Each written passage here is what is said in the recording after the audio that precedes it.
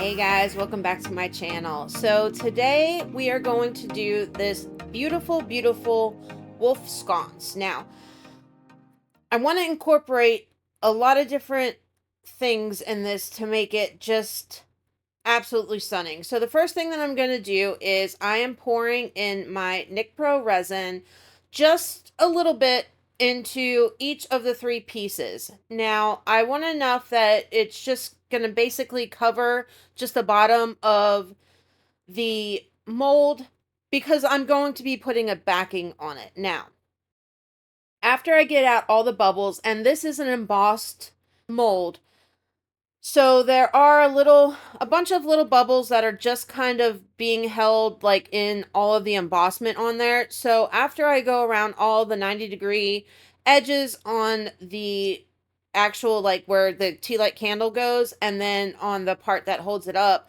I am going to go through this wolf along all the 90-degree edges, and then in each of the embossment areas, I'm going to go in and kind of scrub those bubbles and push them out towards the top. They love to stick down there. So I do take some time just to get all these bubbles out because I don't want any on my finished piece, at least avoiding as many as possible. And I did give it a quick spray of alcohol. Now, the only reason I'm doing alcohol on this part at all is because it's going to have another coating. I've noticed now, it doesn't happen all the time, but it has been here more recently in the last couple of months that if I use alcohol on like the top of my project, like the finished piece, I get almost like an oil slick. It almost looks like the Amani blush, but it's not what it is because it only happens when I use alcohol. So I've pretty much stopped using it for the most part. But because there are so many, I decided that that's what I was going to do. All right, now I've got these beautiful purple flower assortment, and I am just kind of going to be placing them between all three of these pieces. Now, I know that, you're really not going to see the part where the candlelight goes, and I could probably get away with just doing it my backing color, but I really want this piece to be completely cohesive and just have all of the beauty that these flowers are going to bring. And I am kind of taking my time and picking and selecting the flowers that I want to use and where I put them. I'm not just throwing them in.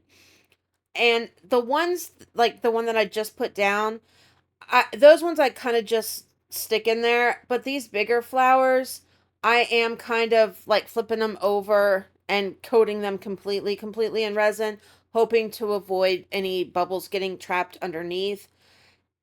And then we're going to add a little bit of the greenery like I did on the actual candle holder and the other part of the shelf.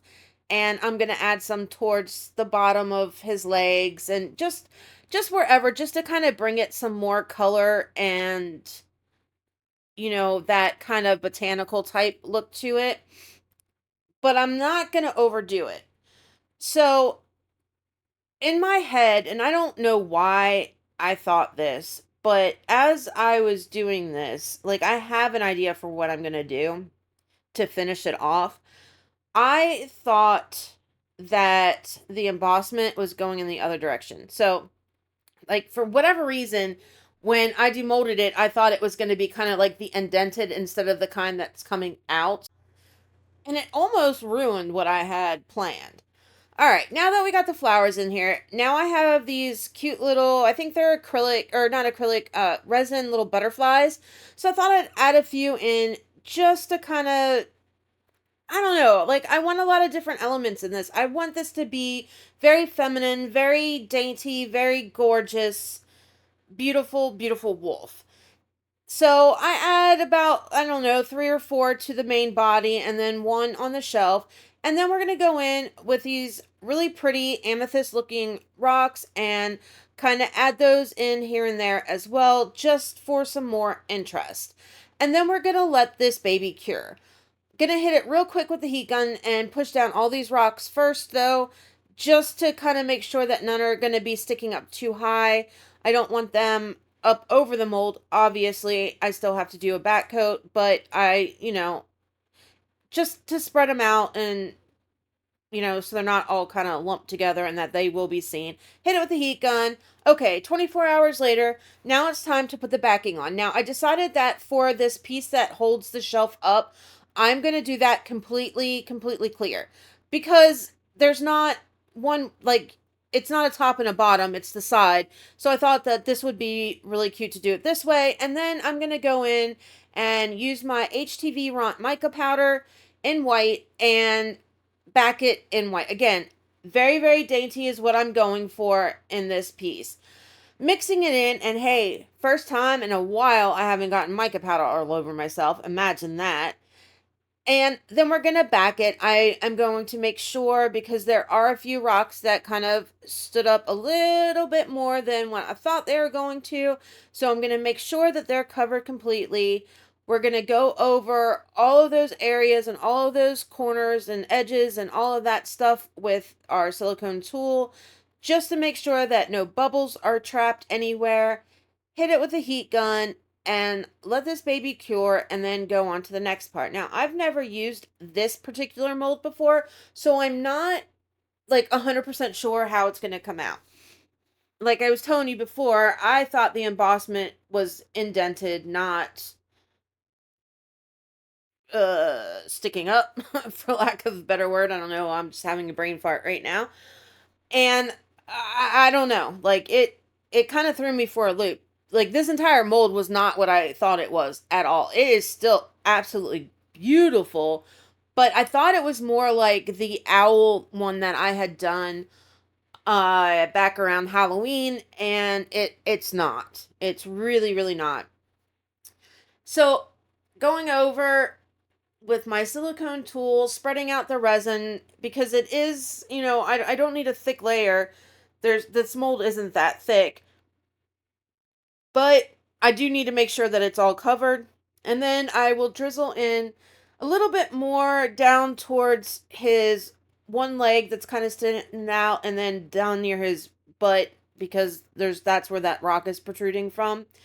And just make sure that it's full. Now, the issue that you can have when putting together anything like this that has like the little holes and stuff that you actually have to insert other pieces in is that you have to be sure you don't overfill them, because then they won't fit inside the piece that they're supposed to.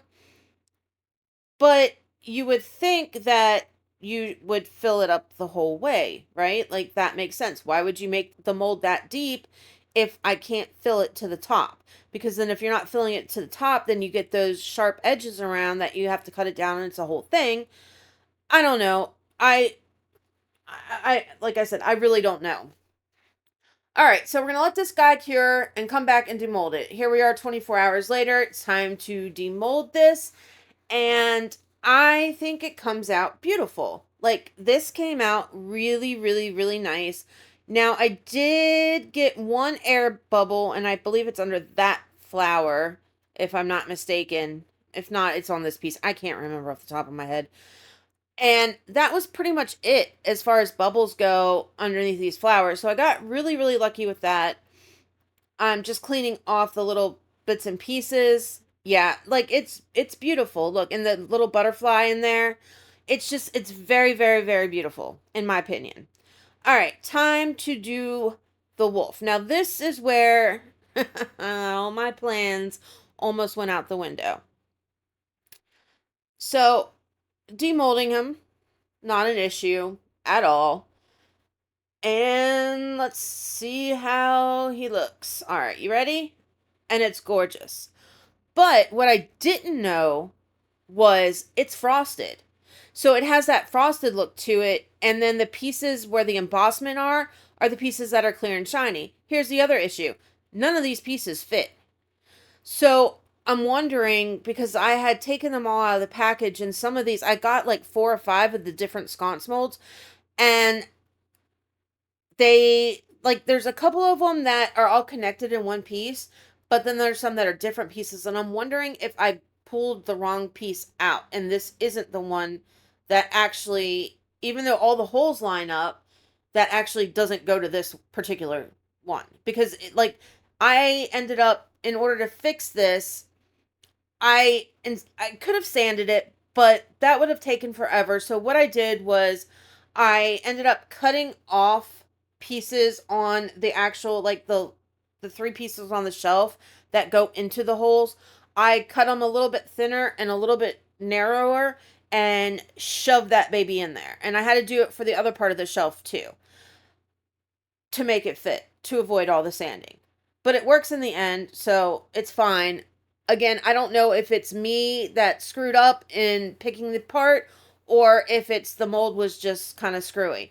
All right, so now all I did was I took some teal glitter and my Duraclear gloss varnish, and I'm going over all of the areas that are raised up with this teal. Now, this is where it kind of gets wonky because it's a lot harder to do it this way when it's raised up because it's thin, and I was having issues at one point with the glitter kind of falling off of those little pieces. I cleaned it up. It worked in the end, but it was a little bit difficult. Now, I do apologize. This video is a little bit shorter than normal because I ran out of memory on my card and I had to finish what I was doing. Otherwise, I couldn't get it downloaded before my gloss varnish and all of that dried up, and I had to finish that. So we are nearing the end now. So after this, I will have the glamour shots of everything put together. Again, I do apologize for the kind of shortened version of this, but as we wrap this up, like, subscribe, share, all of that good stuff. I will see you guys on Saturday for the next one. Again, I apologize. I don't know what was going on with my camera that day. But I will see you guys on Saturday. Love ya. Bye.